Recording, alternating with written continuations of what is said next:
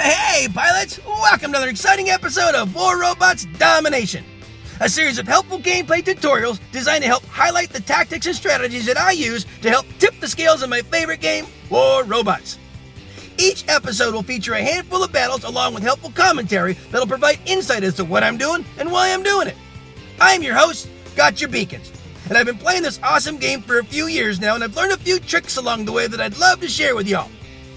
You'll notice that although my hangar is fairly basic and at lower levels, I've been able to climb it up to Expert League. So I believe that you'll find my tactics will help you do more with less, which could be very helpful with today's economy in the game. I should also mention that this is my second account, so don't let my career profile stats fool you. This is actually my baby account, but it sends a great message to pilots who feel they need to chase the current meta in order to be competitive in battle, because you don't. Wise gameplay can usually overcome any fancy gimmick. A death button is a great example. It can still melt just about any build, and its heritage stems all the way back to near the beginning of the game.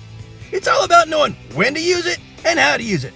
So, without further ado, I invite you to sit back, relax, and enjoy today's episodes while I walk you through my gameplay tactics and share with you my mindset in battle. I hope you find it entertaining, helpful, and fun to watch. I think you will.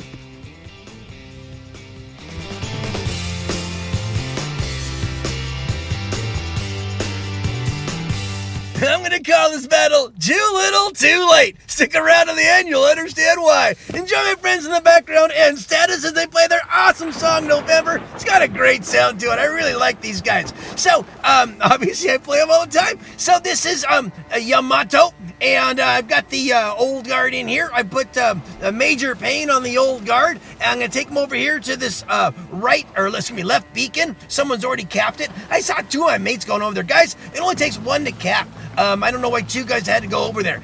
They should be rushing toward the center. Someone did, though, luckily, and they grabbed it. But now we're only got one or two guys on the ramp. The idea is 3 and hold. I teach this all the time. It really does work, especially on maps where the center beacon is the beacon of focus, which obviously on the Yamato it is. So get 2 to 3 mates, if not even more, but at least 3 mates should go right to the center and then sit there on the ramp like those guys are doing. That's exactly right. And then you have one over here on my side in this broken catwalk, I call it. It's got a great eerie sweet spot, a great place to kind of sit and monitor center, as well as anyone trying to come down to the beacon behind me. No one can make it because I'm the blocker, and I can pretty much erase anyone coming in this direction. And then you get a couple guys over to the right over there like those guys are. This is kind of a good setup, and you can hold this for a long time. And I teach 3 and hold really well. For domination, it works. This is not for beacon rush. Beacon rush is a little bit different critter. What I've been doing with the general here, or with Major Payne, is I've been sitting here and looking for anyone making an offensive toward the ramp. Now, unfortunately, where are our guys? They've somehow backed off the ramp, and probably not wise, because now the ramp was exposed and allowed the Reds to go up there and take it. Hopefully our guys get back up there. But that's the problem, you're not on with a bunch of people that are on comms or anything like that. But if you know the mindset and you know the strategy for winning on Yamato, 3 and hold, keep that center blue, our guys went back up there, then that's how you do it. Now, here's what happened though. It did work out because we had some guys that did go up there, and the guys over there to the far flanking were picking off guys that were going up toward the ramp. So by doing that, it allowed other people to go up the ramp, and in the center and grab it. I was after that Ares. By the way, if you've been watching the Zeus here, and you're going, where is Major Payne going back and forth? I am dodging the Zeniths right now. Basically, that Zenith guy can take me out, and I'm very valuable to my team right here.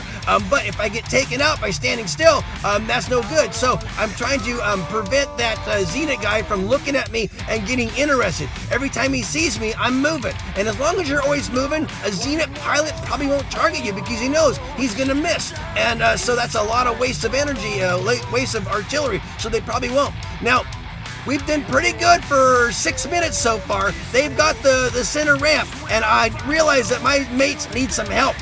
So I went ahead and dropped the Major Payne and hopped into my, this is my Death Button Raven. This is Frick. Now, this is where, some people say you don't open with a support bot. The heck you don't. I don't. I do. You want a balanced amount of runners and brawlers. So you do want to open up with some runners to go up and get there. I'm making a sacrifice run, and it wasn't a very good timed one here. And it was actually a bad time on Frick because he didn't even get to do what he was wanting to do. So that was bad. So now this is Buzzkill. He buzzes, then he kills you. He's my Spark Scorch Mender. He's really a good little knife fighter, brawler. He's very, very durable. I'm trying to get that center beacon back. But if you see what's happened here, the Reds are making a huge press. They obviously have a lot of good firepower, and they're really, really taking it to us. This is what they should have done at the beginning of the battle. But they kind of waited till the end of the battle to kind of make this big press here. They've got 3 beacons. They're coming on strong. They're absolutely burning through anything I throw out there. There's some guy coming over here, so I got to watch him. I don't know what he's got. I think he's got Hydras, and I don't want him to take this beacon over here, so we got to at least get 3, keep the 2 that we have.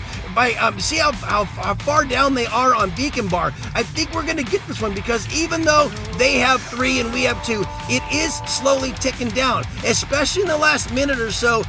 You will still have an advantage there, and although we're never going to get that center beacon back, I wish we could, but we're not.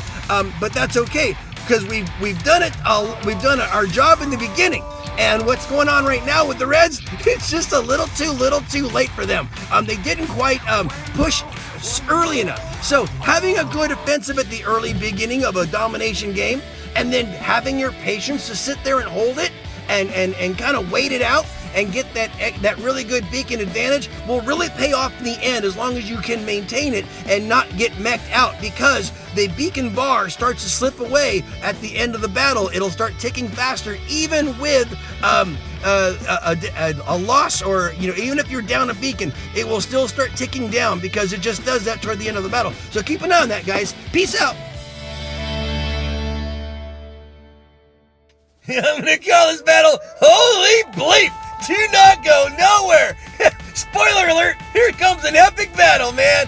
Join my friends in the background and status as they play their awesome song War. Perfect for this battle. So this is Whizbang. He's my new little guy. He's a Blitz, and he's got Gust and a Halo, and he didn't get very far. So this is Stinger. He's got, I put the Shredders on him, and he's got the Viper. I'm trying out some different balancing acts with my weapons because I want to make sure the ranges are matching up and the abilities are similar and all. So this is Stinger. He's my Viper, Shredder, I think they're Shredder, yeah, Viper, Shredder, Strider here. So this is what he does. He goes around, he's got the 5 dashes on him. I'm gonna get this one here. Now, holy bleep, I'm in with champions. I'm looking at clan tags, and if you aren't, you oughta. When every time you open up a battle, you should see around, see what you're in with, so you know what you're up against. So when I'm up against masters and experts, I know that my durability is good enough to hold up against them. When I'm up against champions who are MK2, guess what? Almost every one of them is a death button to me. These are level 6 bots I'm running in. Now, hey, by choice, I'm doing it intentionally. I want to see what I can do with low-level bots. I want to show you what can be done with low-level bots. I want to show you that this isn't just about who's got the highest firepower. I am not going to carry the team here. I've got a team that can carry themselves, but I also want to remain relevant in the game and do something that's good. I am holding this beacon back here. I'm the one who capped it. I'm also giving fits to some of these guys. Now, the reason I survived that little one back there against Al June, because I had some help. Hey, we're 6 on 6, so I expect my team to help me out where they can. I did some distraction over there. I didn't get their beacon, but what did I do? I pulled some Reds off in that direction, and while they're being pulled in that direction, the rest of my team can get settled in. By the way, this is Flash, and as you can see, he's got some new gear on him. Those are the marquees. I was going to put all marquees on the Blitz, on Whizbang, but I realized something, that that ability that he has, it throws out basically something that decreases the damage of the opponents, and it only has a 350 meter range. So why put weaponry that's long range? It doesn't make any sense. So I've got weaponry that's 350 meter range on whiz bang. And then I've got the marquees on flash. I'm still getting used to the pacing of it all. So now I'm down to my fourth bot. This is freezer burn. Right now we are down 4 beacons to 1. We were up 4 beacons to 1. This has been one grueling battle, and you don't even need to be talking, just enjoy the battle here. But right now I'm taking freezer burn into the middle here, because what I want to try to do is grab this center back. We need to start getting back on the beacons. I know I've got a bunch of champions on my team that are running around doing what they need to do. I am right now trying to give some support to the center beacon here. See if I can even cap it. Good, I did. We are up 3 beacons to 2. I'm going to get taken out, but luckily I've got a mate there that is distracting them. And while he's doing that, I'm charging up my guys. See what I can do here. Freezer burn is still alive, but he's got no head. So he's got no burn. He's got the freezer and no burn. And actually, those aren't even freezers because those are panadas, so they're not going to be all that powerful. Remember, guys, I'm at level. These are level 9 weapons. I'm fighting champs. I'm barely scratching their paint, but I'm trying to stay alive. I'm trying to stay relevant. Look at the body count. We're up 3 to 2, but we're running low on mates. But we're kind of almost balanced there. I'm going to help take this guy out. My guys are going to go ahead and cap that spawn beacon there. Yeah, go back there, guy. And now I'm going to go into the center. Why? Because we need to distract them. We are at an advantage right now, beacon-wise. And as long as we can hold this one, there's still a minute and a half left. It really can swing fast if you're not careful. We don't want to let that center one go. So I got a mate that's there. He needs my help. I'm going to charge up. I'm going to let my get to where I can. Remember, everyone's a death button to me. Oh, and there's our victory. Woo-hoo-hoo! Holy bleep! So, if you start looking at these clan tags and these league guys, these are champions and masters, and I'm going to be at the bottom there. I didn't do too much. I got a master 1 or master 3, whatever it is, but here's the champions on the other side too. These are high-end clan tags. These are high-end pilots. Great pilots on both sides. If you see your name here, thanks for the game. That was a holy bleeper. Peace out, guys. I'm going to call this battle Epic Rush. Oh my gosh, what a battle. Stick around, guys. Certainly a good one to stick around and watch. Enjoy my friends in the background and status as they play their awesome song, November. It's got a great sound to it. So, this is this episode's Beacon Rush battle. You know how I play Beacon Rush. I rush right to the neutral beacon. That's that center one on Yamato. Luckily, my mates were right behind me. Somehow I got there ahead of a couple other very fast bots, but I did. They were right behind me. I certainly got wasted, but this is about sacrifice. Beacon Rush is about sacrifice, guys. It is not about pacing and timing and everything. You do that, you're gonna lose. What you need to do, what you always need to be mindful of, is getting right to this neutral beacon and getting it blue and keeping it blue, at least for the good portion of the battle. Sometimes they may get back, but if you can grab this one, and Foggy Tony had a good one on here the other day, Foggy Gaming, they didn't get it, and the Reds got it first. If that happens, what you do is you stand back and you let them exhaust their resources. We got it up here, and we are kind of burning through our resources. So there's a very, very, very good lesson here, guys. When you do get first there and you do cap that one, don't get up in the middle and get completely pummeled. Don't burn through all of your resources. Now, I went through one bot, then I went through another bot. Now I'm on Buzzkill, and Buzzkill is a good high-powered DPS. I'm here trying to help monitor this center, keep it blue if anyone comes up, but I'm staying back. See where I'm at? Back on the thing. Now my guys are going up in there. That's not what you really should do unless it's being threatened. What they're doing is they're coming up here, my blue guys, but they saw a potential threat, so they did do what they needed to do. You got to keep it blue, and you got to stay up here. They're burning through their bots. We're burning through our bots. It's one of those controlled chaoses that you have to endure. Now, I am down to my last bot. Watch what I do now. I completely change my gears. Now, I know something here too, guys. I am in level 6 bots. I am in level 9 weaponry. I am not the spearhead here. I am not powerful enough to be a spearhead. And I was for a good portion of the battle. We got 5 minutes left though. It is not over. It is a matter of sticking it out. See where the beacon bar is? And we've been doing pretty good. We're over halfway in. But because we're starting to mech out, because I'm getting ready to mech out, I am going to completely change my tactics, and I'm going back to a very conservative mode, because you can't cap or kill when you're dead. If I ran up there and died right now, how would I be helping my team?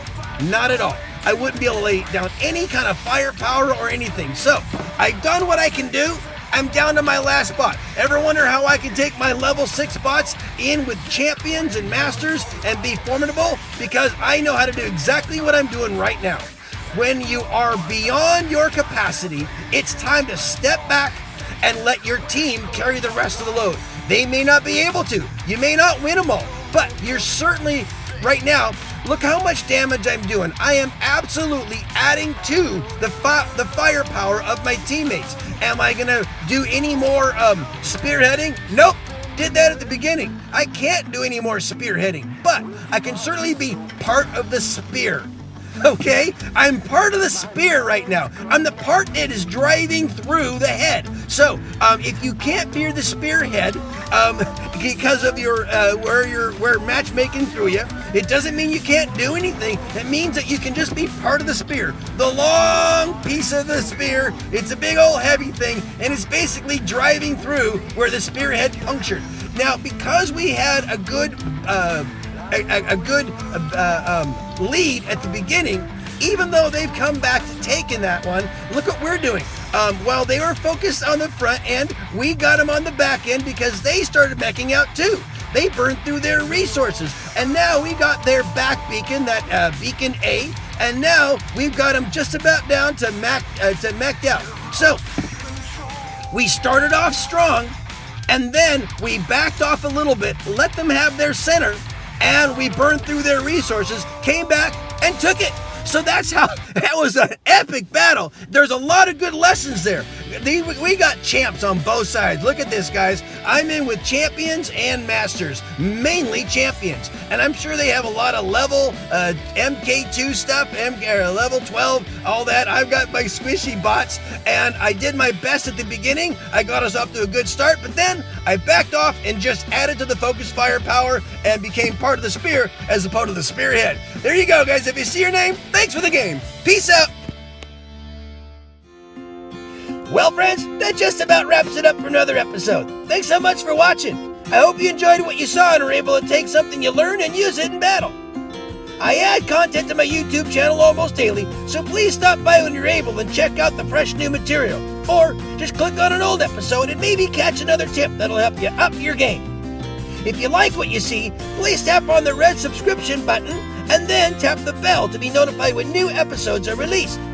It would also be helpful if you could make a comment about the video, whether it's an example of how the episode helped you, or maybe additional advice to help elaborate on the tactics I shared, or even constructive comments that'll help clarify something I might have missed. It's all good and greatly appreciated.